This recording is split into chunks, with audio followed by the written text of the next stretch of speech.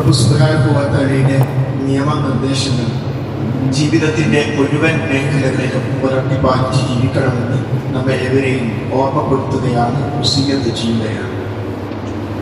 മനുഷ്യ ജീവിതത്തിൻ്റെ ഏറ്റവും വലിയ വിജയം വിശ്വാസത്തിൽ കലർപ്പില്ലാതിരിക്കുക എന്നതാണ്.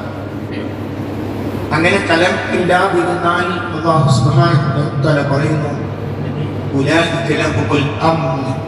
അവർക്കാണ് നിർഭയത, അവരാണ് ഹിദായത്ത് ലഭിച്ചവർ, സന്മാർഗം ലഭിച്ചവർ അവരാണ്. അതുകൊണ്ട് വിശ്വാസത്തിൽ കലർപ്പുണ്ടായാൽ അമലുകൾ റബ്ബ് സുബ്ഹാനഹു വ തആല സ്വീകരിക്കുകയില്ല. ഇന്നഹു മൻ യുശ്രിക് ബില്ലാഹി ഫഖദ് ഹറമല്ലാഹു അലൈഹിൽ ജന്ന. തീർച്ചയായും റബ്ബ് സുബ്ഹാനഹു വ തആല ആ വ്യക്തിക്ക് സ്വർഗം ഹറാമാക്കും എന്ന് അല്ലാഹു സുബ്ഹാനഹു വ തആല പറയുന്നു. ഹജ്ജിന് വേണ്ടി ഒരുങ്ങണം, നിങ്ങൾ യാത്രാ വിഭവങ്ങൾ ഒരുക്കണം എന്ന് പറഞ്ഞെടുത്ത് അല്ലാഹു സുബ്ഹാനഹു വ തആല പറയുന്നു, ഫഇന്ന ഖൈറസ്സാദി തഖ്വാ. നിങ്ങൾ ഒരുക്കുന്ന യാത്രാ വിഭവങ്ങളിൽ ഏറ്റവും പ്രധാനം തഖ്വയാണ്. നിങ്ങൾ യാത്രയ്ക്ക് വേണ്ടി ഒരുങ്ങണം. അത് ഹജ്ജിനല്ലേ, ഹറമിലേക്കല്ലേ, അത്ര ശ്രദ്ധിക്കാനൊന്നുമില്ല, ആ നിലപാടൊന്നും ശരിയല്ല. എല്ലാ കാര്യങ്ങളും ഒരുക്കണം. നിങ്ങൾ യാത്രയ്ക്ക് വേണ്ടി ഒരുങ്ങണം. എന്നാൽ ആ ഒരുക്കത്തിൽ ഏറ്റവും പ്രധാനം യാത്രാ വിഭവങ്ങളിൽ ഏറ്റവും പ്രധാനം നരകരക്ഷയുടെ നിലപാട് ജീവിതത്തിൽ ഉണ്ടാവുക എന്നതാണ്. എന്നെ സൂക്ഷിക്കുകയും എന്നോട് തഖ്വയുള്ളവരായി ജീവിക്കുകയും ബുദ്ധിയുള്ളവരെ എന്ന് അല്ലാഹു സുബ്ഹാനഹു വ തആല വിശുദ്ധ ഖുർആനിലൂടെ നമ്മെ ഓർമ്മപ്പെടുത്തുന്നു. അതുകൊണ്ട് ജീവിതത്തിൽ എല്ലാ സന്ദർഭങ്ങളിലും ഇത് നരകത്തിലേക്കാണോ എൻ്റെ ഈ നോട്ടം, എൻ്റെ ഈ പെരുമാറ്റം, എൻ്റെ ഈ പ്രവർത്തനം അടുപ്പിക്കുക, അതോ സ്വർഗത്തിലേക്കാണോ? ഇതെനിക്ക് മരണത്തിലും ഖബറിലും മരണാനന്തര ജീവിതത്തിലും ഉപകാരമാണോ ഉപദ്രവമാണോ ചെയ്യുക? ഇതായിരിക്കണം എല്ലാ വിഷയങ്ങളിലും നമ്മുടെ മാനദണ്ഡം. അതുകൊണ്ട് തന്നെ വിശ്വാസത്തിൽ കലർപ്പ് വരുന്ന വല്ലതും സംഭവിച്ചാൽ അതോടുകൂടി തഖ്വയുടെ സമാപനമായിരിക്കുന്നത്. പിന്നീട് തഖ്വക്ക് സ്ഥാനമില്ല. അതാണ് ലോകത്തുള്ള മുഴുവൻ ജനങ്ങളെയും അഭിസംബോധന ചെയ്തുകൊണ്ട് യാ അയ്യുഹന്നാസു ഉബ്ദു റബ്ബക്കും അല്ലദീ ഖലഖക്കും വല്ലദീന മിൻ ഖബ്ലിക്കും ലഅല്ലക്കും തത്തഖൂൻ. ജനങ്ങളെ, നിങ്ങൾ നിങ്ങളെയും നിങ്ങൾക്ക് മുമ്പുള്ളവരെയും സൃഷ്ടിച്ചവനായ നിങ്ങളുടെ രക്ഷകനെ ആരാധിക്കണം. നിങ്ങൾ തഖ്വയുള്ളവരായി തീരാൻ. അപ്പോൾ തഖ്വ ഉള്ളവരായി തീരാൻ എന്താ ചെയ്യേണ്ടത്? റബ്ബിനെ മാത്രം ആരാധിക്കുക. റബ്ബിനെ മാത്രം ആരാധിക്കലും തഖ്വയും തമ്മിൽ എന്താ ബന്ധം? റബ്ബല്ലാത്തവരെ ആരാധിക്കുന്നവർ തിന്മകളിലേക്ക് പോകും. കാരണം അവർക്ക് തിന്മകളിലേക്ക് പോകുമ്പോൾ ന്യായങ്ങളുണ്ട്. ഞാൻ ഇങ്ങനെയൊക്കെ ചെയ്തിട്ടുണ്ടെങ്കിലും ആ ദേവി എന്നെ കൈവിടില്ല, ആ ദേവൻ എന്നെ കൈവിടില്ല. ലോകത്തുള്ള മുഴുവൻ മനുഷ്യന്മാരുടെയും പാപഭാരം ഏറ്റെടുത്തല്ലേ യേശു കുരിശിന് മരിച്ചത്, അതുകൊണ്ട് യേശു എന്നെ കൈവിടില്ല. ഇങ്ങനെ വ്യാജ സുരക്ഷിതത്വ ബോധം, ലാ ഇലാഹ ഇല്ലല്ലാഹ് അബദ്ധം സംഭവിച്ച മനുഷ്യരിൽ വരും. അതുകൊണ്ടാണ് ശിർക്ക് വന്നാൽ മറ്റു പാപങ്ങളെല്ലാം ചെറുതായിട്ട് ആ വ്യക്തിക്ക് തോന്നും. കാരണം എന്നെ രക്ഷപ്പെടുത്താൻ ആരൊക്കെയോ ഉണ്ട് എന്ന ബോധമാണ്. എന്നാൽ ലാ ഇലാഹ ഇല്ലല്ലാഹ് ഒരു വ്യക്തിക്ക് മനസ്സിലാകുന്നതോടുകൂടി എല്ലാ ഓരോ മനുഷ്യരും അവനവൻ പ്രവർത്തിച്ചതല്ലാതെ ഇല്ല. ഞാൻ പ്രവർത്തിച്ചതേ എനിക്കുണ്ടാവൂ. ഞാൻ ഇഷ്ടപ്പെടുന്ന ഏത് മഹാൻ ഒരു സുബ്ഹാനല്ലാഹ് ഇല്ലാലും ആ സുബ്ഹാനല്ലാഹയുടെ കൂലി ആ വ്യക്തിക്ക് കിട്ടും, എനിക്കത് കിട്ടില്ല എന്ന ബോധ്യം. ഒരാളുടെ പാപഭാരം മറ്റൊരാൾ ഏറ്റെടുക്കില്ല. അതാണ് ആളുകൾ പറയും, അവൻ ഇപ്പോൾ ചില കാര്യങ്ങളൊക്കെ ജീവിതത്തിൽ മാറ്റം വന്നിട്ടുണ്ട്, ശരിക്കും പള്ളിയിലൊക്കെ പോകുന്നുണ്ട്, എന്താണെന്നറിയില്ല. ആ പറയുന്ന ആളുകളെ വിശ്വാസത്തോടെ ഇയാൾ മരിച്ചു, ഈ പഠിച്ചോട് മാത്രമേ പ്രാർത്ഥിക്കുന്നുള്ളൂ, അല്ലാത്തവർക്ക് മറിച്ചു കൊടുക്കുന്നില്ല, വഴിപാട് കൊടുക്കുന്നില്ല, മരണ വീട്ടിലെ തെറ്റായ ചടങ്ങിലൊന്നും പങ്കെടുക്കുന്നില്ല. പക്ഷേ ജമാഅത്തിൽ കിട്ടുന്നില്ല, ഉമ്മാനുള്ള പെരുമാറ്റത്തിലൊക്കെ മാറ്റം വന്നിട്ടുണ്ട് എന്ന് ആളുകൾ പറയാറുണ്ട്. എന്താ കാര്യം? ഈ മാറ്റം വരാനുള്ള കാരണം എന്താ? ഒരു കാര്യം ബോധ്യമായി എന്നെ രക്ഷപ്പെടുത്താൻ ഖബറിൽ ആരും ഉണ്ടാവില്ല. റബ്ബിന്റെ സഹായം കിട്ടാനുള്ള പണി ഈ ലോകത്ത് വെച്ചെടുത്തിരിക്കണം. നാളെ പരലോകത്തിൽ നബി കരീം സല്ലല്ലാഹു അലൈഹി വസല്ലമയുടെ ശുപാർശ അശ്ശഫാഅത്തുൽ കുബ്ര പ്രകാരം ഞാൻ സ്വർഗ്ഗത്തിൽ പോകണമെങ്കിൽ റസൂലുള്ളാഹിയുടെ മാർഗ്ഗത്തിലായി ഞാൻ ജീവിക്കണം. ഇസ്ലാമിക ജീവിതം അധ്വാനമാണ്, പ്രവർത്തനമാണ്. എന്നാൽ ഇടക്ക് ആള് വരുന്നതോടുകൂടി, മറ്റൊരാൾ രക്ഷപ്പെടുത്താനുണ്ട് എന്ന് വരുന്നതോടുകൂടി ഒരു സുരക്ഷിത ബോധം വരും, എന്നെ മറ്റാരൊക്കെയും രക്ഷപ്പെടുത്തും. ഇസ്ലാം ആ തെറ്റായ ബോധത്തെ ഇല്ലാതാക്കി കളയും. നിങ്ങൾ അവരോട് പ്രാർത്ഥിച്ചാൽ, നിങ്ങൾ അവരെ വിളിച്ചാൽ, നിങ്ങളുടെ വിളി, നിങ്ങളുടെ പ്രാർത്ഥന അവർ കേൾക്കുകയില്ല. ഇനി കേട്ടു എന്ന് സങ്കല്പിച്ചാൽ തന്നെ അവർ നിങ്ങൾക്ക് ഉത്തരം ചെയ്യുകയില്ല. ിയാലോ നിങ്ങൾ ചെയ്ത വിളിയെ എന്നല്ല പറയുന്നു, നിങ്ങൾ ചെയ്ത പ്രാർത്ഥനയെന്നല്ല, നിങ്ങൾ ചെയ്ത ശിർക്കിനെ, നിങ്ങൾ ചെയ്ത ബഹുദൈവത്വത്തെ അവർ നിഷേധിക്കും. സൂക്ഷ്മജ്ഞാനിയായ പടച്ചവനെ പോലെ ഈ വിവരം നിങ്ങൾക്ക് പറഞ്ഞു തരാൻ മരിച്ചോര് കേൾക്കുമെന്ന് മരിച്ച ആൾക്കാർ തിരിച്ചു വന്നുകൊണ്ട് പറഞ്ഞു. ഞാൻ ഇപ്പൊ കബറത്ത് വരികയാണ്, വിളിച്ച് ഞാൻ കേൾക്കുന്നു പറയും. മരിച്ചോര് കേൾക്കുമെന്ന് ജീവിച്ചിരിക്കുന്നവർക്ക് പറയാൻ പറ്റില്ല. മരിച്ചോര് കേൾക്കുമെന്ന് പറയുന്നതായ മരിപ്പിക്കുകയും ജീവിപ്പിക്കുകയും ചെയ്യുന്ന പടച്ചോൻ പറയാം. അതാണ് സൂക്ഷ്മജ്ഞാനിയായ പടച്ചവനെ പോലെ ഈ വിവരം പറഞ്ഞു തരാൻ വേറാനില്ല.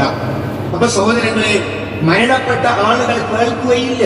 ഈ തഫ്സീറിൽ, ഈ ആയത്തിന്റെ തഫ്സീറിൽ നമുക്ക് കാണാൻ പറ്റും. ഇമാം ഖുർത്തുബി അടക്കമുള്ള തഫ്സീറുകളിൽ കാണാം, നിങ്ങൾ അവരെ വിളിച്ചാൽ എന്നതിൽ വിഗ്രഹങ്ങൾ പെടും. ഒരു വിഗ്രഹത്തെ അല്ല ഒരാൾ വിളിച്ചു പ്രാർത്ഥിക്കുന്നത്, ആ വിഗ്രഹം പ്രദാനം ചെയ്യുന്ന ഏതോ ഒരു സൃഷ്ടി ഉണ്ടാകും, അതിനെയായിരിക്കും. പുരുഷന്റെ മുമ്പിൽ പോകുമ്പോൾ അതിലൂടെ ആ വിളിയിലൂടെ യേശുവിനെയാണ് ലക്ഷ്യം വെക്കുന്നത്. ഒരു കബറിന്റെ അടുത്ത് പോയി പ്രാർത്ഥിക്കുമ്പോൾ ആ കബറിൽ മരിച്ചു കിടക്കുന്ന ആളുടെ പേര് പറഞ്ഞാ പ്രാർത്ഥിക്കുന്നത്. അപ്പോൾ ഇമാം ഖുർത്തുബി റഹ്മത്തുള്ളാഹി പറയുന്നു, ആ അചേതന വസ്തുക്കൾ വിഗ്രഹങ്ങൾ ഇതിൽപ്പെടും, ജിന്നുകൾ ഇതിൽപ്പെടും, മലക്കുകൾ പെടും, മരണപ്പെട്ടവരും പെടും, അമ്പിയാക്കന്മാരും പെടും. അമ്പിയാക്കന്മാർ, മരണപ്പെട്ട അമ്പിയാക്കന്മാരെ വിളിക്കുന്നതും ഈ ആയത്തിന്റെ പരിധിയിൽപ്പെടും. ഈ വിത്തതും നിങ്ങൾ ആദ്യം നബിയെ വിളിച്ചാൽ, നിങ്ങൾ ഈസാ നബിയെ വിളിച്ചാൽ, നിങ്ങൾ റസൂലിനെ വിളിച്ചാൽ, നിങ്ങളുടെ വിളി അവർ കേൾക്കുകയില്ല. സങ്കല്പത്തിന് വേണ്ടി അറബി ഭാഷ അറിയുന്നവർക്കറിയാം, ഒരിക്കലും സംഭവിക്കാത്ത ഒരു കാര്യം ഞങ്ങളെ സങ്കല്പത്തിൽ വിചാരിക്കാം. ഇനി കേട്ടു എന്ന് സങ്കല്പിച്ചാൽ തന്നെ മസ്തജാബൂലക്കും അവർ നിങ്ങൾക്ക് ഉത്തരം ചെയ്യുകയില്ല. അടുത്ത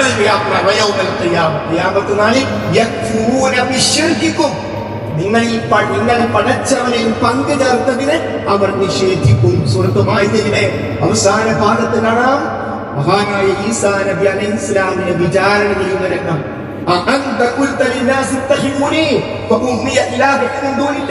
നീ പറഞ്ഞിരുന്നോ നിന്നെയും നിന്റെ ഉമ്മയെയും വിളിക്കാൻ ആരാധിക്കാൻ? മഹാനായ ഈസാ നബി അലൈഹിസ്സലാം പേടിച്ചു മറിച്ചു പറയുന്നു, ഒരിക്കലുമില്ല, സുബ്ഹാനക, നീ മഹാപരിശുദ്ധനാണ്. ഞാൻ അങ്ങനെ പറഞ്ഞിട്ടെങ്കിൽ പടച്ചവനെ നീ അറിയുമല്ലോ. ഈസാ നബി അലൈഹിസ്സലാം അറിഞ്ഞിട്ടില്ല. ഈസാ നബി ജീവിച്ചിരിക്കുന്നു സഹോദരങ്ങളെ. ഈസാ നബി ഇപ്പോൾ ജീവിച്ചിരിക്കുന്നു എന്ന് വിശ്വസിച്ച ഇസ്ലാമാണ്. കാരണം അല്ലാഹുവിലേക്ക് ഉയർത്തുകയാണ് ചെയ്യുന്നത്. അവസാന കാലത്ത് ഈസാ നബി അലൈഹിസ്സലാം വരികയും ചെയ്യും. വളരെ കൃത്യമായി സ്വഹീഹായ ഹദീസുകളിൽ അക്കാര്യമുണ്ട്. ഖുർആനാകട്ടെ അല്ലാഹുവിലേക്ക് ഉയർത്തിയെന്നും പറയുന്നു. ഇപ്പോൾ ജീവിച്ചിരിക്കുന്ന ആകാശത്തെ ഉയർത്തിയ ഈസാ നബി അലൈഹിസ്സലാമിനെ ഒരു ചർച്ചിൽ പോയി വിളിക്കുന്നത് ഈസാ നബി കേൾക്കുന്നില്ല. അതാ പറയുന്നത്, ഞാൻ അവരോടൊപ്പം ഉള്ളിടത്തോളം കാലം ഞാൻ അതിന് സാക്ഷിയാണ്. നീ എന്നെ പൂർണ്ണമായി എടുത്തതിന് ശേഷം നീയാണല്ലോ അവരോടൊപ്പം ആള്, ഞാനവിടെ ഉണ്ടല്ലോ.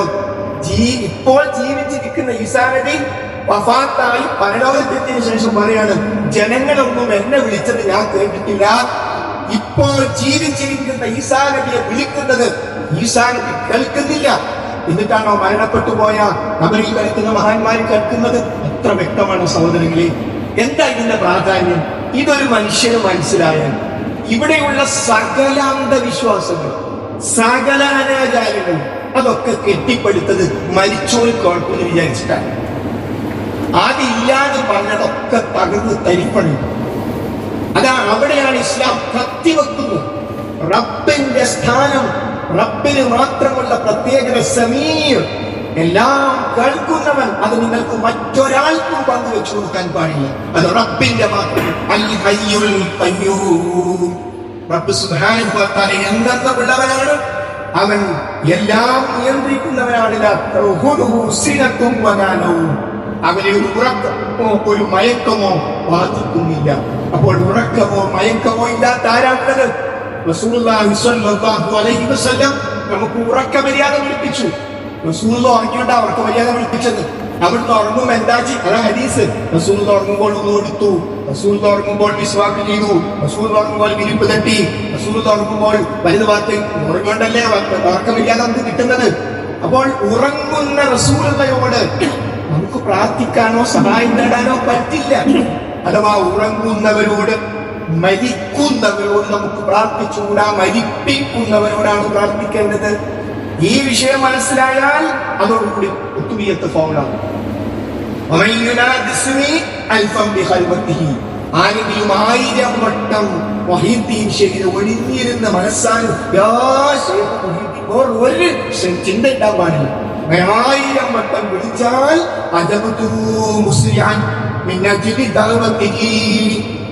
വിളിക്കുന്നവന്റെ വിളിക്ക് എത്രയും പെട്ടെന്ന് ഞാൻ ഉത്തരം ചെയ്യും. അതുകൊണ്ട് ഇസ്ലാം പഠിക്കുന്നു. അങ്ങനെ ഷെയ്ഖ് പറഞ്ഞിട്ടില്ല. നമ്മൾ ഈ കേൾക്കുന്ന ഈ വാചകം ഉണ്ടായത് 400 കൊല്ലം മുമ്പാണ്. 400 കൊല്ലം മുമ്പ് എന്ന് പറഞ്ഞാൽ മുഹീദ്ദീൻ ഷെയ്ഖ് ലോകത്തോട് ഇവിടെ പറഞ്ഞ 500 കൊല്ലത്തിന് ശേഷമാണ് ഈ വാചകങ്ങൾ ഉണ്ടാക്കിയത്. ഖാദിരിയ തരീഖത്ത് എന്ന് പറയുന്ന ഒരു പുതിയ തരീഖത്തുണ്ടാക്കി കായൽ പട്ടണത്തെ ഒരു പണ്ഡിതനാണ് എഴുതിയത്. എഴുതിയാൽ പേര് വരെ കൊടുത്തിട്ടുണ്ട്. സദഖത്തുല്ലാഹിൽ ഖാദിയാണ് തുബിക്കി. സദഖത്തുല്ലാഹി ഇസ്ലാമിലാരോ സഹാബിയാണോ, താബിയാണോ, താബിയാണോ? അല്ല. ഇതിനൊക്കെ ശേഷം നമ്മുടെ തൊട്ടടുത്ത സംസ്ഥാനത്ത് തമിഴ്നാട്ടിൽ ഒരാൾ ഇതുണ്ടാക്കിയത് വലിയ പ്രാധാന്യത്തോടുകൂടി മോൻ ഗൾഫ് കുടുങ്ങി. കുത്തുബിയത്ത് വിസ ശരിയാകില്ല. കുത്തുബിയത്ത് എന്താ ഷെയ്ഖിനെ വിളിച്ച് പ്രാർത്ഥിച്ചോ? ഞാൻ ചോദിക്കട്ടെ, ഇങ്ങനെ വിളിച്ച് പ്രാർത്ഥിക്കുന്ന ആളുകൾ ഒരൊറ്റ ഇരിപ്പിൽ 1000 വട്ടം ജീവിതത്തിൽ അല്ലാഹ് വിളിച്ചിട്ടുണ്ടോ?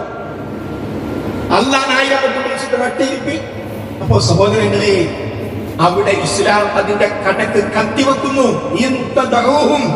നിങ്ങൾ അവരെ വിളിച്ചാൽ വിളിക്കുമ്പോ ബാഗ്ദാദിൽ കബറിൽ കിടക്കുന്ന ഷെയ്ഖ് അത് കേൾക്കില്ല. കേൾക്കുന്നു വിശ്വസിച്ചാൽ അവന്റെ ഇസ്ലാം പൊഴിയും. അള്ളാഹുവിനെ കാത്തിരക്ഷിക്കുമാറാകട്ടെ. കേൾക്കുന്നു വിശ്വസിച്ചാൽ പിന്നെ അതിനെന്താ അർത്ഥം? പറയുക കാര്യം അള്ളാഹു ഏകനാകുന്നു. ഏത് വിഷയത്തില് അള്ളാഹു ഏകം? അവന്റെ സിഫത്തുകളിൽ. അള്ളാഹുവിന്റെ സിഫത്താണ് എല്ലാം കേൾക്കുക.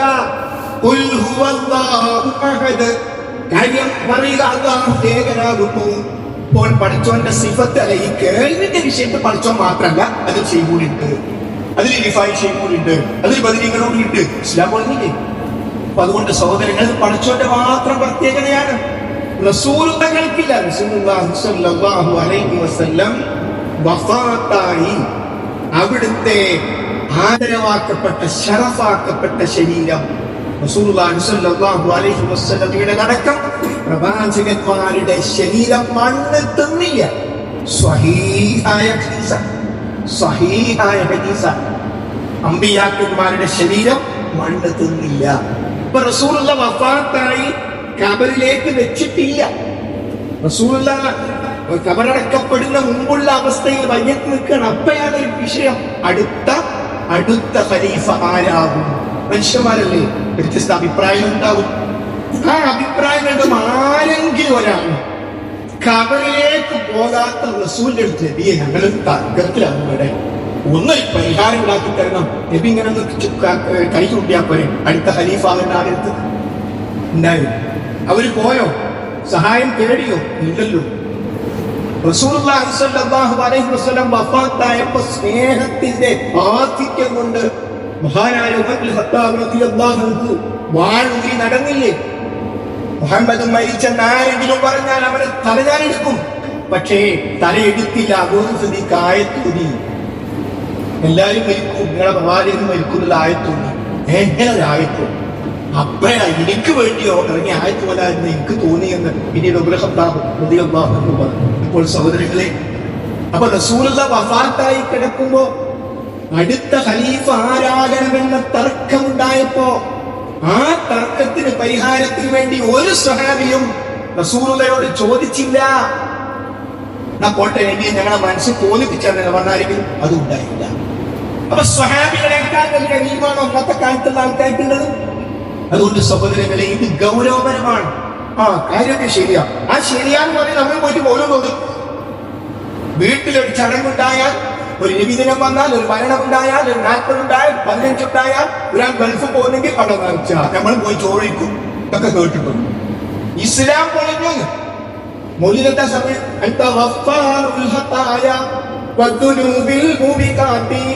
പാവങ്ങൾ പൊറുക്കുന്ന മുഹമ്മദ് നബിയെ. അതാണ് റസൂൽ പറയാ, ഞാൻ ഈ ദിവസം 100 പ്രാവശ്യം 70 പ്രാവശ്യം അള്ളാഹുവിന്റെ ഇസ്തിഗ്ഫാർ നൽകുന്നുണ്ട്. എന്റെ റസൂൽ 100 തെറ്റിയതൊന്നല്ല, ഒരു തെറ്റ് ചെയ്യാത്ത റസൂലുള്ള 100 പ്രാവശ്യം അള്ളാഹുവോട് ഇസ്തിഗ്ഫാർ നേർന്നുവെങ്കിൽ റസൂൽ പഠിപ്പിച്ചു, നിങ്ങൾ ഓരോ ദിവസവും പറയണം അസ്തഗ്ഫിറുല്ലാഹ് വ അതൂബു ഇലൈഹി. ഞാൻ അള്ളാഹുവിലേക്ക് ഇസ്തിഗ്ഫാർ നേർന്നു, അവനിലേക്ക് ഞാൻ ഖേദിച്ചു മടങ്ങുന്നു. അല്ല, നിങ്ങൾ എന്നെ വിളിച്ചോളിനാ പറഞ്ഞത്, എന്നോട് സഹായം തേടിക്കോളൂ എന്ന് പറഞ്ഞിരുന്നെങ്കിൽ പാവങ്ങൾ പൊറുക്കുന്ന മുഹമ്മദ് നബിയെ എന്ന് വിളിക്കാമായിരുന്നു.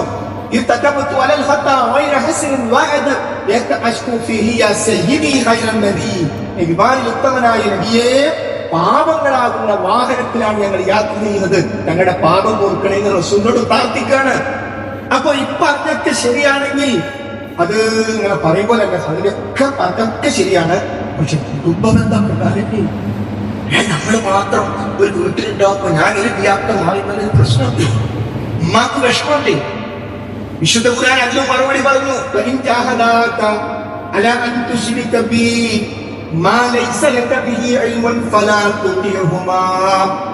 നിനക്ക് വിവരമില്ലാത്ത വിഷയത്തിൽ, നിന്റെ മാതാപിതാക്കൾ പടച്ചവനിൽ പങ്കു ചേർക്കുന്ന വിഷയത്തിൽ നിന്നോട് നിർബന്ധിച്ചാൽ ഖുർആൻ പറയുന്നു ഫലാ തുതിഉഹുമാ, അവരെ രണ്ടുപേരെയും അനുസരിച്ചു പോകരുത്. ഖുർആൻ അവിടെ നിർത്തിയില്ല. ഫിദ്ദുനിയാ മഅറൂഫാ, ഉപ്പ ഉമ്മയും പടച്ചവനിൽ പങ്കു ചേർക്കുന്ന കാര്യത്തിൽ നീ അനുസരിക്കരുത്. പക്ഷേ നിന്റെ ഉപ്പ തന്നെയാണത്, നിന്റെ ഉമ്മ തന്നെയാണത്. നീ ആശുപത്രിയിൽ ഉമ്മയോടൊപ്പം ഉപ്പയോടൊപ്പം അവസാന ശ്വാസം വരെ ഉണ്ടാകണം. ആ ശ്വാസത്തിനെടുക്കും പോലെ ഇന്ന സ്ഥലത്ത് പോയി നേർച്ച കൊടുക്കുപ്പ, ഞാൻ പോകില്ല, ആ നേർച്ച ഞാൻ ചെയ്യില്ല എന്ന് ഉപ്പയോട് അനുസരണക്കേട് കാണിക്കണം. കാരണം ഉപ്പയെങ്കിലേക്ക് നൽകിയ പടച്ചവന്റെ കാര്യത്തിലാണ് ആ തെറ്റ് ചെയ്യാൻ, ആ ശിർക്ക് ചെയ്യാൻ ഉപ്പ പറയുന്നത്. അഭിഷേകത്തിൽ കോംപ്രമൈസ് ഇല്ല. ഇതെല്ലാം സന്ദർഭം എന്നറിയോ? കുറെ സ്വഹാബികൾ ഇസ്ലാം സ്വീകരിച്ചു, ആ സ്വഹാബികളെ വാപ്പ ഇന്നൊക്കെ ഇസ്ലാം സ്വീകരിച്ചിട്ടില്ല. അപ്പൊ അവരോട് എന്ത് നിലപാട് സ്വീകരിക്കണം? അള്ളാഹ് പറഞ്ഞെടുക്കുന്നതില്ലേ?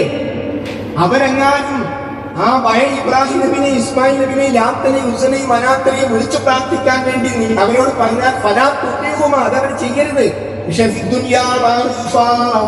അവർക്കെല്ലാ ദുനിയാവിലെല്ലാ സൗകര്യങ്ങളും എല്ലാ സേവനങ്ങളും ചെയ്തു കൊടുക്കണം. ഇസ്ലാം സ്വീകരിച്ചിട്ടില്ലെങ്കിലും ഉപ്പ തന്നെ, ഉമ്മ തന്നെ ഇസ്ലാമിന്റെ പ്രതിനിധിപരമായ കാഴ്ചപ്പാട് നോക്കാം. പോയി തൊലഞ്ഞോളെന്നല്ല, ഞാൻ നിങ്ങളെ പൊന്നുപോലെ നോക്കുന്ന, മരണം വരെ ഞാൻ നോക്കും. പക്ഷേ പരലോകത്ത് ഞാനുകളും ബുദ്ധിക്കൂട്ടായി പോകുന്ന വിഷയത്തിൽ എന്നെ നിർബന്ധിക്കരുത്, ഞാനത് കേൾക്കില്ല. അപ്പൊ എന്ത് വേണം? അഷ്ഹദു, ഞാൻ സാക്ഷിയാണ്, അല്ലാ ഇലാഹ ഇല്ലല്ലാഹ്, അല്ലാഹു അല്ലാതെ ആരാധനക്ക്, പ്രാർത്ഥന, നേർച്ചക്ക്, വഴിപാടുകൾക്ക് അർഹനായ ആരുമില്ല. അങ്ങനെ ഉണ്ടെന്ന് പറയുന്ന ഒരു ചടങ്ങ് 3 ഞാൻ രാവിലെ ഉണ്ടാവും, 10 മണിക്കുണ്ടാവും, 11:30 മണി കഴിഞ്ഞ കാണും, പിന്നെ വൈകുന്നേരം കാണുന്നു. എന്താ? അതിന്റെ അടുത്ത് കുറച്ച് ആൾക്കാർ ഒന്ന് കൂടി ഇരുന്നിട്ട് അള്ളാഹുവിന്റെ റസൂലിനെ പൂജിക്കുന്നുണ്ട്, അള്ളാഹുവിന്റെ റസൂലിനെ ആരാധിക്കുന്നുണ്ട്. അതിന് ഞാനില്ല. അപ്പൊ നമ്മളെ പിന്നെ ഇത് പറയണം, ഇവിടെ ഉണ്ടായിരുന്നു പക്ഷെ എപ്പ കാണുന്നില്ല. അതാണ് ഷഹാദത്ത്. ഷഹാദത്ത്, ഞാൻ സാക്ഷിയാണ്, എന്നെ നോക്കൂ, എന്റെ നടപടികൾ ശ്രദ്ധിക്കൂ, എന്റെ വാക്കുകൾ ശ്രദ്ധിക്കൂ. എന്നിൽ നിന്ന് മറ്റുള്ളവർക്ക് ഒരു കാര്യം മനസ്സിലാകും, പടച്ചോന് മാത്രം കൊടുക്കേണ്ട ഒരു കാര്യം വേറൊരാൾക്കും കൊടുക്കാൻ പറ്റില്ല. ഇത് ഞാൻ സാക്ഷിയാണ്. അപ്പൊ എവിടെ ആക്സെന്റ് ആകണം? അള്ളാഹുവിന് മാത്രം കൊടുക്കേണ്ടത്. അള്ളാഹു അല്ലാത്തവർക്ക് കൊടുക്കുന്ന ചടങ്ങുകൾ ഉണ്ടെങ്കിൽ നമ്മൾ അവിടെ ഉണ്ടാകരുത്. അതിന്റെ പേരിൽ കുത്തുവാക്ക് വരട്ടെ, തുറിച്ചുനോട്ടം വരട്ടെ, അൽഹംദുലില്ലാ വലിയ സേവനങ്ങളുണ്ട്. സഹാബികൾക്ക് കിട്ടിയതുപോലുള്ള ബുദ്ധിമുട്ട് നമുക്കില്ലല്ലോ. രണ്ട് കുത്തുവാക്കെങ്കിലും കിട്ടട്ടെ. ഫറഖ ഖുറൈശ് എന്നല്ലേ നമ്മുടെ ഹബീബിനെ കുറിച്ച് മക്കയിലെ മുശ്രിക്കുകൾ പറഞ്ഞത്. ഇവൻ ഖുറൈശികളെ ഭിന്നിപ്പിച്ചു. ആരാണ്? ആദ്യം റസൂലുള്ളാഹി സ്വല്ലല്ലാഹു അലൈഹി വസല്ലം തന്റെ കുടുംബക്കാരെ വിളിച്ചുകൊണ്ട് ലാ ഇലാഹ ഇല്ലല്ലാഹ് ആരാദ്യം നിർത്തത്? തന്റെ തോളിനെ മുണ്ടെടുത്ത ഒറ്റ പിന്നെ വീശലായി. നിനക്ക് നാശം. സ്വന്തം പിതൃവ്യനാ പറയുന്നത്. റസൂലുള്ളാഹിയെ സംരക്ഷിക്കേണ്ട ആളാ, കുടുംബക്കാരനാ പറയുന്നത്. നിനക്ക് നാശം. ഇതിനു വേണ്ടിയാണോ ഞങ്ങളെ ഇവിടെ ഒരുമിച്ച് ചേർത്തത്? സ്വന്തം കുടുംബക്കാരെ. സഹോദരങ്ങളെ, ആദർശത്തിന്റെ പേരിൽ കുടുംബത്തിന് എതിർപ്പ് വന്നാൽ അൽഹംദുലില്ലാഹ് വേറെ കാര്യത്തിനും നല്ലല്ലോ. അള്ളാന്റെ ദീനുമായി ബന്ധപ്പെട്ട വിഷയത്തിലല്ലേ എന്താ നമ്മൾ പറയേണ്ടത്? അതിനെ ഖുർആൻ മറുപടി കൊടുത്തു. ആരാ റസൂൽ നാശം വിതച്ചത്? അവന്റെ ഇരു കാര്യങ്ങളും നശിക്കട്ടെ, അവന്റെ ഭാര്യ നശിക്കട്ടെ. ഈ രണ്ട് മനുഷ്യന്മാർ ജീവിച്ചിരിക്കുമ്പോ ഈ ആയത്താണ് എന്ന സൂറത്ത് ഇറങ്ങുമ്പോ അബൂലഹബ് ജീവിച്ചിരിപ്പുണ്ട്. ചെറിയൊരു ഐഡിയ കാണിച്ചപ്പോലെ ഞാൻ ഇസ്ലാമായി എന്ന് പറഞ്ഞ പിന്നെ ഖുർആൻ കൊടുത്തില്ല. ഞാൻ ഇസ്ലാമായി ഞാൻ അവർ പറഞ്ഞിരുന്നെങ്കിൽ പറയില്ല. അത് മുഴുവത്താണ് സഹോദരങ്ങളെ. അതുകൊണ്ട് റബ്ബിന്റെ മാർഗത്തിൽ നമ്മൾ നിന്നിട്ടുണ്ടാകുന്ന എതിർപ്പിനെ നേരിടണം. പരലോകത്തെത്തിയിട്ട് എന്തെങ്കിലും ആവട്ടെ, ഖബറിന് എന്തെങ്കിലും സംഭവിച്ചേ, പരലോകത്ത് നരകത്ത് പോയാലും പ്രശ്നമല്ല. ഉമ്മാന്റെ എതിർപ്പിന് പറ്റില്ല, ഉപ്പാന്റെ എതിർപ്പ് അഹല്ല് തന്നിട്ട് പണിക്കളി. ഇതിനും വലിയ വ്യക്തികൾ ലോകത്താരുണ്ട്. അതുകൊണ്ട് മരണാനന്തര ജീവിതത്തിന് പ്രാധാന്യം കൊടുക്കുന്ന നിലപാട് നമ്മൾ സ്വീകരിക്കണം. റബ്ബ് സുബ്ഹാനഹു വ തആല നമുക്ക് തൗഫീഖ് നൽകി അനുഗ്രഹിക്കുമാറാകട്ടെ. അൽഹംദുലില്ലാഹി റബ്ബിൽ ആലമീൻ. വസ്സലാത്തു വസ്സലാമു അലാ റസൂലിഹിൽ അമീൻ വഅലാ ആലിഹി വസഹ്ബിഹി അജ്മഈൻ. അമ്മാ ബഅദ്. ഒരിക്കൽ കൂടി റബ്ബ് സുബ്ഹാനഹു വ തആലയുടെ നിയമനിർദ്ദേശങ്ങൾ ശ്രദ്ധിക്കണം, സൂക്ഷിക്കണം. സഹോദരങ്ങളെ, റബ്ബല്ലാത്തവരെ ആരാധിക്കരുത് എന്ന് പറയുമ്പോൾ റബ്ബിനെ ആരാധിക്കണം എന്ന വലിയൊരു സന്ദേശം അവിടെ ഉണ്ട്. നിന്നെ മാത്രം ഞങ്ങൾ ആരാധിക്കുന്നു, നിന്നോട് മാത്രം ഞങ്ങൾ സഹായം തേടി വിളിച്ചിരുന്നു എന്ന ഹദീസിന്റെ വ്യാഖ്യാനത്തിൽ തഫ്സീറുകളിൽ കാണാം. ഇബാദത്ത് എടുക്കാനുള്ള സഹായം ചോദിക്കൽ കൂടി അതിൽ പെടും. നിന്നോട് മാത്രമേ ഞങ്ങൾ സഹായം തേടുകയുള്ളൂ എന്നിടത്ത് പഠിച്ചോനെ നിന്നെ മാത്രം ഇബാദത്തെടുക്കാനുള്ള ആഫിയത്ത് നീ ഞങ്ങൾക്ക് തരേണമേ എന്ന മഹത്തായ മെസ്സേജ് അതിലുണ്ട് എന്നാണ്. മഹാനായ മൂസാ നബി അലൈഹിസ്സലാമിനെ കുറിച്ച് സൂറത്തുൽ ഖസസ് 28-ാം അധ്യായത്തിലെ 26-ാമത്തെ ആയത്തിൽ കാണാം. അൽ ഖവിയ്യുൽ അമീൻ. മഹാനായ മൂസാ നബി അലൈഹിസ്സലാം ശക്തവാനായിരുന്നു, നല്ല ആരോഗ്യവാനായിരുന്നു, വിശ്വസ്തനുമായിരുന്നു. ഇപ്പോൾ പ്രവാചകന്മാരുടെ പ്രത്യേകതകളിൽ അല്ലാഹു സുബ്ഹാനഹു വ തആല എടുത്തു പറഞ്ഞ കാര്യമാണ് ആരോഗ്യവാനായിരിക്കുക എന്ന്. മഹാനായ നബി കരീം സല്ലല്ലാഹു അലൈഹി വസല്ലം പറഞ്ഞു, അൽ മുഅ്മിനുൽ ഖവിയ്യു ഖൈറുൻ വഅഹബ്ബു ഇലല്ലാഹി മിനൽ മുഅ്മിനിൽ ദഈഫ്. അൽ മുഅ്മിനുൽ ഖവിയ്യു ശക്തവാനായ ആരോഗ്യവാനായ വിശ്വാസി ഖൈറുൻ അവൻ ഉത്തമനാണ്. അള്ളാഹുവിലേക്ക് ഏറ്റവും ഇഷ്ടപ്പെട്ടവനാണ് മിനൽ മുഅ്മിനിൽ ദഈഫ്. ദുർബലനായ ശേഷിയില്ലാത്ത മുഅ്മിനേക്കാൾ ഉത്തമനും അള്ളാഹുവിലേക്ക് ഇഷ്ടപ്പെട്ടവനും ആരോഗ്യവാനായ ശക്തവാനായ വിശ്വാസിയാകുന്നുവെന്ന് സഹീഹ് മുസ്ലിമിലെ 2664-ാമത്തെ ഹദീസിൽ നമുക്ക് കാണാൻ പറ്റും. സഹോദരങ്ങളെ, ഇബാദത്ത് എടുക്കണമെങ്കിൽ ആരോഗ്യം വേണ്ടേ? ഇപ്പോൾ ആരോഗ്യത്തിന്റെ കാര്യത്തിലുള്ള ശ്രദ്ധ നമ്മുടെ പരലോകത്തേക്കുള്ള അധ്വാനത്തിന്റെ ഭാഗമാണ്. നമ്മൾ രാത്രി നമ്മുടെ ആരോഗ്യം നോക്കാതെ വെട്ടിമിടുങ്ങിയാൽ നമുക്ക് സുബഹിക്കാൻ പറ്റില്ല. അവിടെ റസൂൽ പറഞ്ഞ കാര്യം എടുക്കണം. നേരത്തെ ഭക്ഷണം കഴിച്ച് വയറിന്റെ എഗ്ഗിൽ ഒരു ഭാഗം ഒഴിവാക്കിയിട്ടാൽ നമുക്ക് സുബഹിക്ക് മാത്രമല്ല സുബഹിക്ക് മുമ്പേ എഴുന്നേൽക്കാം. അതുകൊണ്ട് ആരോഗ്യ കാര്യങ്ങളിൽ ശ്രദ്ധിക്കുക എന്നത് ദീനാണ്. നോക്കൂ, എല്ലാ ദിവസവും നമ്മൾ രാവിലെ ദുആ ചെയ്യുന്നു, അല്ലാഹുമ്മ ആഫിനി ഫീ ബദനി. അല്ലാഹുവേ, എൻ്റെ ശരീരത്തിന് നീ ആഫിയത്ത് നൽകണമേ. ഒരു പ്രാർത്ഥനയുടെ തുടക്കം തന്നെ അങ്ങനെയാ. 3 പ്രാവശ്യം രാവിലെ, വൈകുന്നേരം വീണ്ടും അല്ലാഹുമ്മ ആഫിനി ഫീ ബദനി. അല്ലാഹുവേ, എൻ്റെ ശരീരത്തിന് നീ ആഫിയത്ത് നൽകണമേ എന്ന് നിരന്തരമായി നമ്മൾ പ്രാർത്ഥിച്ചുകൊണ്ടിരിക്കുന്നു. മാത്രമല്ല, ഇടയിരുത്തത്തിൽ നമ്മൾ പ്രാർത്ഥിക്കുന്നു, വആഫിനി. അല്ലാഹുവേ എനിക്ക് നീ ആഫിയത്ത് പ്രദാനം ചെയ്യണമേ എന്ന്. അപ്പോൾ അതുകൊണ്ട് നമ്മളുടെ മുന്നോട്ടുള്ള പോക്കിൽ നമ്മുടെ ശരീരത്തെ പൂർണ്ണമായും സംരക്ഷിച്ചു മുന്നോട്ട് പോവുക. കുലൂ മിൻ ത്വയ്യിബാതി മാ റസഖ്നാകും, നാം നിങ്ങൾക്ക് നൽകിയിട്ടുള്ള നല്ലതിനെ നിങ്ങൾ ഭക്ഷിക്കുക. നല്ല ഭക്ഷണം ഖുർആൻ എടുത്തു പറയണം. അല്ലാഹു നിങ്ങൾക്ക് ധാരാളം വിഭവങ്ങൾ നൽകിയിട്ടുണ്ട്. ആ വിഭവങ്ങളിൽ ത്വയ്യിബായതിനെ നിങ്ങൾ ഭക്ഷിക്കണം. ത്വയ്യിബാണോ മദ്യം? അല്ല. അതുകൊണ്ട് ത്വയ്യിബല്ലാത്ത ഒന്നിനെയും തൊടാൻ പോകരുത്. ത്വയ്യിബായ ഹലാലായ ത്വയ്യിബായതിനെയാണ് നാം ശ്രദ്ധിക്കേണ്ടത്. അതുകൊണ്ട് നമ്മുടെ ഓരോരുത്തരുടെയും ആരോഗ്യത്തെ ശ്രദ്ധിക്കുക എന്നത് ഏറ്റവും പ്രധാനമാണ്. ധാരാളം വെള്ളം കുടിക്കണം. വെള്ളം ധാരാളമുള്ള നാടാണ് നമ്മുടേത്. പക്ഷേ ശരിയാവിധം വെള്ളം കുടിക്കാത്തത് കൊണ്ട് എന്തെല്ലാം അസുഖങ്ങൾ, പലർക്കും കിഡ്നിയുടെ അസുഖത്തിന്റെ 4 പേര് ആവശ്യത്തിന് വെള്ളം കുടിക്കാത്തതാണ്. മൂത്രക്കല്ല് എങ്ങനെ വരുന്നു? അപ്പൊ അതുകൊണ്ട് ആവശ്യത്തിന് വെള്ളം കുടിക്കണം. ഞാൻ വെള്ളം കൂടി കുടിക്കലില്ല, ശരിയല്ല. വെള്ളം കുടിക്കണം. കുലൂ വശ്റബൂ, നിങ്ങൾ തിന്നോളൂ, കുടിച്ചോളൂ. പടച്ചോൻ പറഞ്ഞാണ് പല തുസ്രിഫു, ഇസ്രാഫ് കാണിക്കരുത് എന്ന് മാത്രം. അപ്പൊ അതുകൊണ്ട് നമ്മുടെ വെള്ളം ശ്രദ്ധിക്കണം, ഭക്ഷണം ശ്രദ്ധിക്കണം. നമ്മുടെ പല്ലിനൊരു കേട് വന്നു വിചാരിക്കുക, അത് പല്ലിന് കേടല്ല, ഞാൻ പിന്നെ അതൊന്നും ശ്രദ്ധിക്കരുത്, ഞാൻ ഈ ഭാഗത്തല്ല. ആ പല്ലിന്റെ കേട് പഴുപ്പിലേക്ക് നീയാൽ ഒരു പക്ഷേ 2-3 ദിവസം വേദന സഹിച്ച് പഴുപ്പ് വന്ന് നിനക്ക് സുബഹിജമാഅത്തിന് പോകാൻ പറ്റാത്ത അവസ്ഥ വരും. നിങ്ങൾ ചികിത്സിക്കണം. എല്ലാ രോഗത്തിനും മരുന്നുണ്ട്. എല്ലാ രോഗത്തിനും മരുന്നുണ്ട്. അതുകൊണ്ട് നിങ്ങൾ ചികിത്സിക്കണം. ചികിത്സിക്കാതിരിക്കൽ ദീനാന്ന് പറഞ്ഞിരിക്കുന്ന ആൾക്കാർക്ക് ചികിത്സിക്കാതിരിക്കലല്ല ദീൻ. ദീൻ പറയേണ്ടത് മുഹമ്മദ് മുസ്തഫ നബി കരീം സ്വല്ലല്ലാഹു അലൈഹി വസല്ലം അവിടുന്ന് പറയുന്നു ഫതദാവു, നിങ്ങൾ ചികിത്സിക്കണം എന്ന് നബി കരീം സ്വല്ലല്ലാഹു അലൈഹി വസല്ലം നമുക്ക് കൃത്യമായി പഠിപ്പിച്ചു. അതുകൊണ്ട് വ്യായാമം നമുക്കറിയാം. ഹജ്ജിനൊക്കെ പോകുന്ന ആളുകൾ അവർക്ക് കിലോമീറ്ററുകളോളം നടക്കേണ്ടി വരും. അറഫ കഴിഞ്ഞാൽ പിന്നീട് ഒരു നടത്തമുണ്ട്. വിശുദ്ധ ഖുർആനിനെ കുറിച്ച് പറയുന്നുണ്ട്. ഒരു ഒഴുക്കാണ്, ജനങ്ങളുടെ ഒരു ഒഴുക്ക്. ആ ഒഴുക്കിൽ കിലോമീറ്ററുകളോളം നടക്കണം. 80 വയസ്സായാലും 40 വയസ്സായാലും ഒക്കെ നടക്കണം. ആ നടക്കണമെങ്കിൽ എന്ത് വേണം? ആരോഗ്യം വേണം. ആരോഗ്യം വേണം. അപ്പൊ അതുകൊണ്ട് നടത്തം, ഇന്ന് ജീവിതത്തിൽ നടത്തം ആളുകൾ കുറഞ്ഞിരിക്കുന്നു. നടത്തം വേണം. രാവിലെ നടക്കാൻ പോവുക, എന്നിട്ട് മത്സ്യം വാങ്ങാൻ കാറിൽ പോവുക.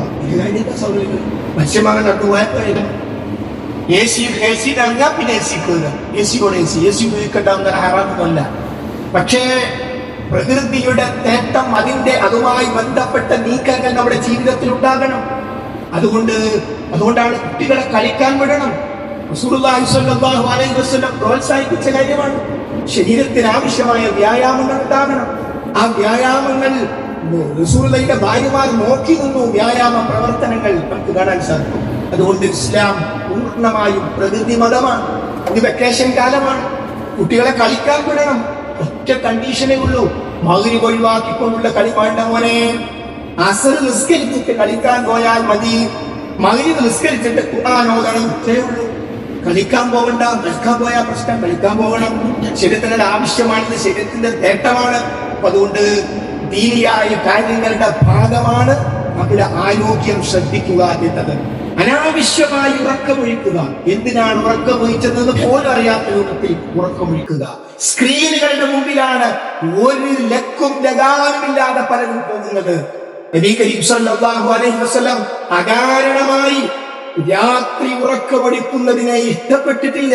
നേരത്തെ ഉറങ്ങുക. നേരത്തെ ഉറങ്ങലാണ് ദീൻ. ആര് പഠിപ്പിച്ച ദീൻ? നബി കരീം സ്വല്ലല്ലാഹു അലൈഹി വസല്ലം പഠിപ്പിച്ച ദീൻ. നേരത്തെ എഴുന്നേൽക്കലാണ് ഹബീബിന്റെ ദീൻ. റസൂലുള്ളാഹി സ്വല്ലല്ലാഹു അലൈഹി വസല്ലം എല്ലാ ദിവസവും സുബഹിക്ക് മുമ്പ് എഴുന്നേറ്റിരുന്നു. വലിയ ത്യാഗം വല്ലത് ജീവിതത്തിൽ ചെയ്യേണ്ട കാര്യമാണ്. എന്നാൽ രാത്രി ഉറങ്ങാൻ വൈകാൻ, നല്ല കാര്യത്തിന് വേണ്ടി യാത്ര ചെയ്തു, ഇൽമ് സമ്പാദിക്കാൻ വേണ്ടി പോയി, അങ്ങനെയുള്ള നല്ല കാര്യങ്ങൾക്ക് വേണ്ടി ഉറക്കമൊഴിക്കാം. അതല്ലാത്ത ഉറക്കമുണ്ടല്ലോ, പലപ്പോഴും പ്രായ വ്യത്യാസമന്യേ ഞാനും നിങ്ങളും രാത്രി 1 മണിക്കൂറും 2 മണിക്കൂറും എന്താ ഫോണിൽ കണ്ടതെന്നത് പറയും. ഇന്നലെ രാത്രി 10 മണിക്ക് ഉറങ്ങേണ്ടത് വരെ 12 മണിക്കല്ലേ ഉറങ്ങിയത്? എന്ത് കിട്ടി? ഒന്ന് പറയാൻ എഴുതൂ, ഒന്ന് പറയൂ എന്ത് കിട്ടി. അതുകൊണ്ട് ഫോൺ സ്വർഗത്തിലേക്കുള്ള വഴിയും നരകത്തിലേക്കുള്ള വഴിയും കാണിക്കും. അതുകൊണ്ട് നബി കരീം സ്വല്ലല്ലാഹു അലൈഹി വസല്ലമയുടെ സുന്നത്ത് നമ്മുടെ ജീവിതത്തിന്റെ ഭാഗമാകുക. അനാവശ്യമായി ഉറക്കം ഒഴിക്കാതിരിക്കുക. വലിയ കാര്യങ്ങളെ നമ്മളൊരു 12 മണി നമാസ് ഉറങ്ങാറില്ല. എല്ലാവരും അറിഞ്ഞോളൂ, വലിയൊരു കാര്യം, അത് വലിയ കാര്യമല്ല. അത് സുന്നത്തിനെതിരാണ്. ഉറങ്ങൂ നേരത്തെ, എനിക്ക് നേരത്തെ എഴുന്നേൽക്കൂ. സ്വർഗത്തിൽ പോകാൻ ആഗ്രഹമുള്ള ആളുകള് സുബഹിക്ക് മുമ്പ് എഴുന്നേൽക്കുന്ന അല്ലാഹുവോട് ഇസ്തിഗ്ഫാർ തേടും. ഇസ്തിഗ്ഫാർ എവിടെ? സുബഹികമായിട്ട് 7 മണിക്കും 8 മണിക്കൊക്കെ എഴുന്നേറ്റ് വരുന്ന മഹാത്മാ. ഖബറിൽ പോകണ്ടേ സഹോദരങ്ങളെ? ഖബറിലേക്ക് പോകണ്ടേ? നിങ്ങൾ ആ ഉറങ്ങുമ്പോണ്ടല്ലോ ലോകത്ത് കോടിക്കണക്കിന് വിശ്വാസികൾ ഹറമുകളിൽ അടക്കം സുബഹികമായത്തിലായി. കോടിക്കണക്കിന് വിശ്വാസികൾ കഷ്ടപ്പെട്ട് പ്രയാസപ്പെട്ട് സുബഹികമായത്തിൽ പോയവരായിരുന്നു.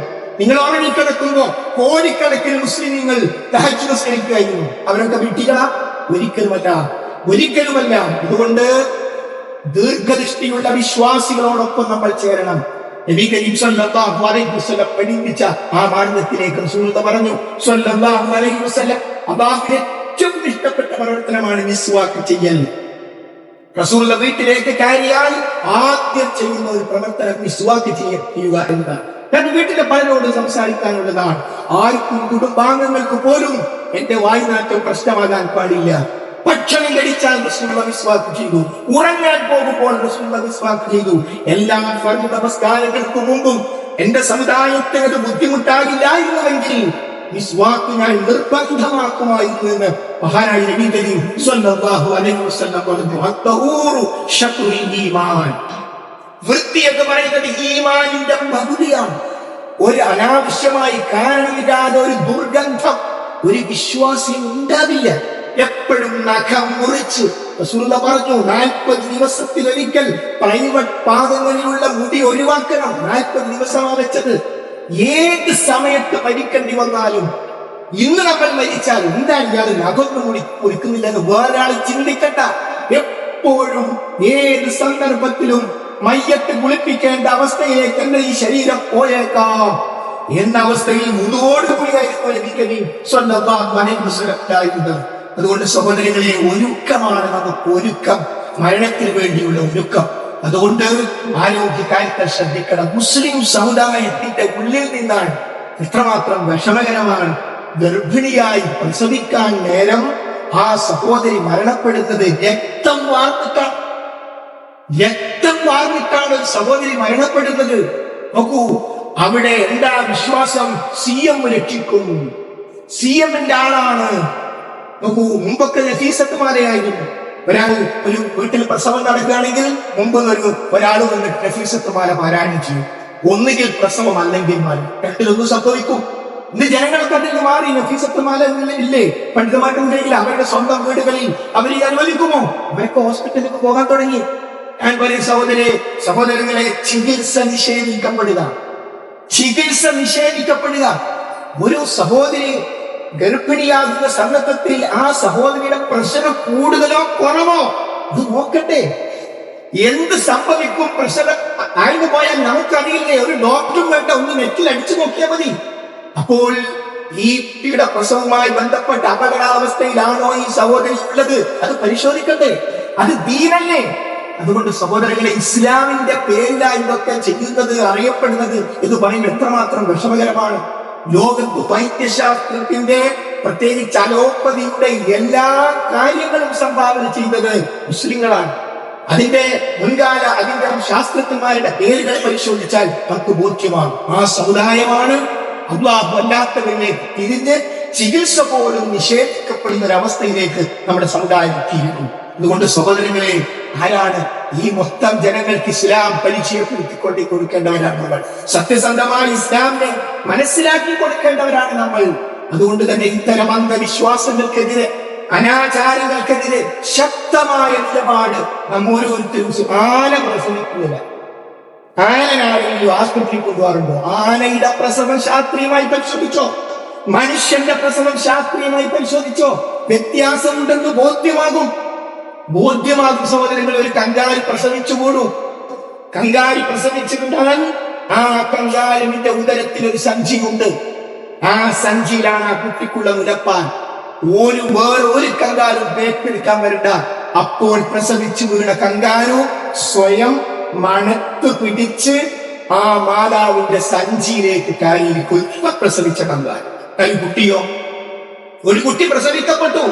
ആ കുട്ടി സ്വന്തമായി മുലപ്പാൽ എടുക്കാൻ പോയില്ല. ആ കുട്ടിയെ എടുത്തു കൊണ്ടുപോയി DFHA